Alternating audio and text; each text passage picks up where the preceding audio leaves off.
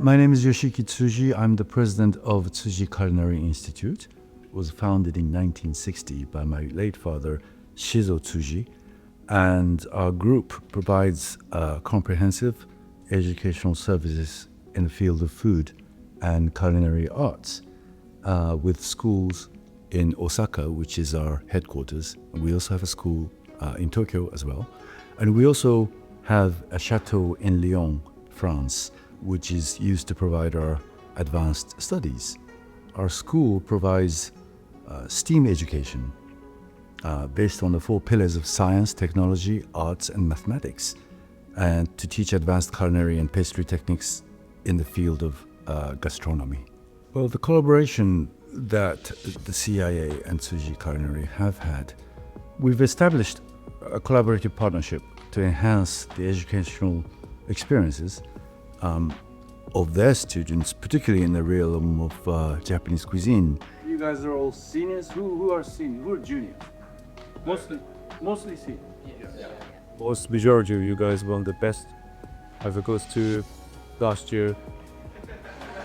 In this course, I believe that the students are introduced to the rich culinary traditions, techniques, and dishes of Japan. And for Tsuji Culinary Institute, for example, this partnership offered an opportunity to showcase, I don't know if it's the right word, Japan's rich culinary heritage by coming to Japan, having the field work, and understanding the difference between the logic of knowing what Japanese cuisines are and the reality of what's actually happening. There is a difference between logic and reality, and this field work for students of CIA to be able to come to Japan and see the real side of the logic is extremely important, just other than just being in the States and learning about the Japanese cuisine.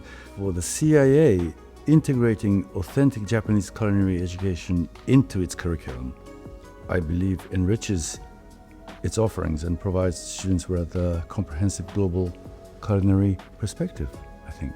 And the differences between the CIA and Tsuji are definitely pretty vast, but there's also a lot of similarities. So it's really cool to just be able to learn those individual things. In Japan, in order to obtain a chef's license, the student at certified culinary school must complete the mandatory subjects such as food hygiene, hygiene law, nutrition, and public health, and most of all, the practical side of the cooking itself. In a certified cooking schools in Japan, we must cover certain hours, which is 960 hours a year. I believe it is our generation's responsibility to nurture younger generations. What I'm seeing in terms of changing perceptions of Japanese cuisine, this largely depends on the level of knowledge one has about Japanese cuisine, I think. Some still perceive ramen, soba, tempura, and tonkatsu as the main staples of Japanese food, while others, on the other hand, recognize the depth and diversity of Japanese cuisine, including kaiseki, regional specialties, and the intricate use of fermentation. There is a different knowledge of a common Japanese food as to a thousand years of tradition, and I would hope that a time has moved on to the general knowledge of Japanese cuisine into a more deeper historical level. One thing I'd like to add, people don't realize how much Japanese cuisine has affected Western cuisines more than we think. I think that 50 years ago, soy sauce and miso were just used as the enhancement of a taste, a hidden taste, which French people didn't admit to, but they just wanted to use those ingredients and exotic flavors to make it more exciting or exotic in a way. It was likely soy sauce or miso secretly incorporated into traditional French dishes. As I said, these weren't announced on menus.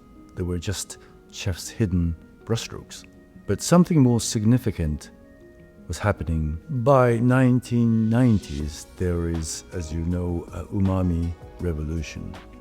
People have passed beyond using Japanese ingredients. There is a umami revolution. They were reconsidering the very foundation of flavor, how you feel and you're looking at two completely different countries' recipes, and will you try to differentiate them, or will you try to integrate them? What is your objective? Is one of my questions. It's one of my questions.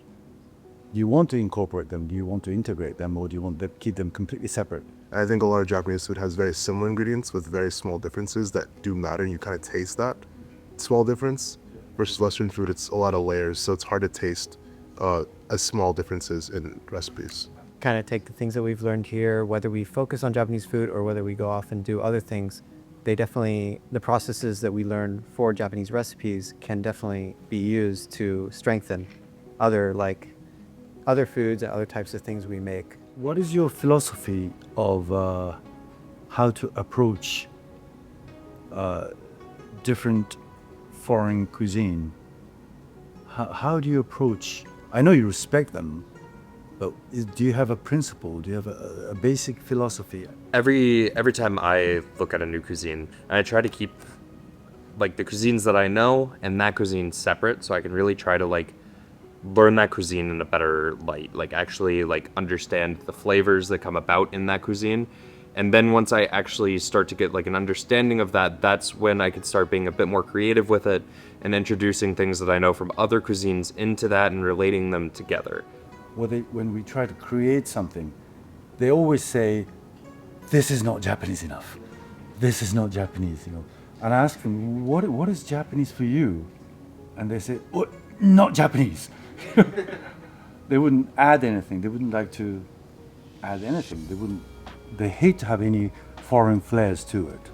Oh, I was trying initially when I first started this, I was trying to make sure I kept them a little bit more separate so I could integrate later on when I understood it. But at first it was like, learn this technique and don't remember the Western style initially. Kind of try to focus on what exactly works here, what's the best way to do it. Like Katsuramuki, I was like, don't think about how you cut with a Western knife. Try to like learn exactly the right process. And then when you understand it, then it kind of comes together a little easier. For example, I'm from Colombia, and the trade routes and like the history of how people arrived to that country, you can influence Colombian food with like Caribbean and Spaniard, like it's a free range of like world.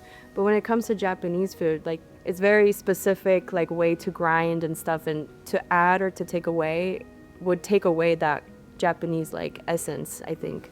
In Japan, there is a deep-rooted spirituality surrounding the craftsmanship that has been cultivating over more than 1,000 years. We feel that every vegetables, every trees, plants, and everything has voices, has lives. And there's a beautiful connection between the craftsmanship, how they feel about the craftsmanship, artisan work, with how we live. I don't know if it's DNA, but we can't really rely on that. The next generation's approach to artisan craftsmanship, I believe.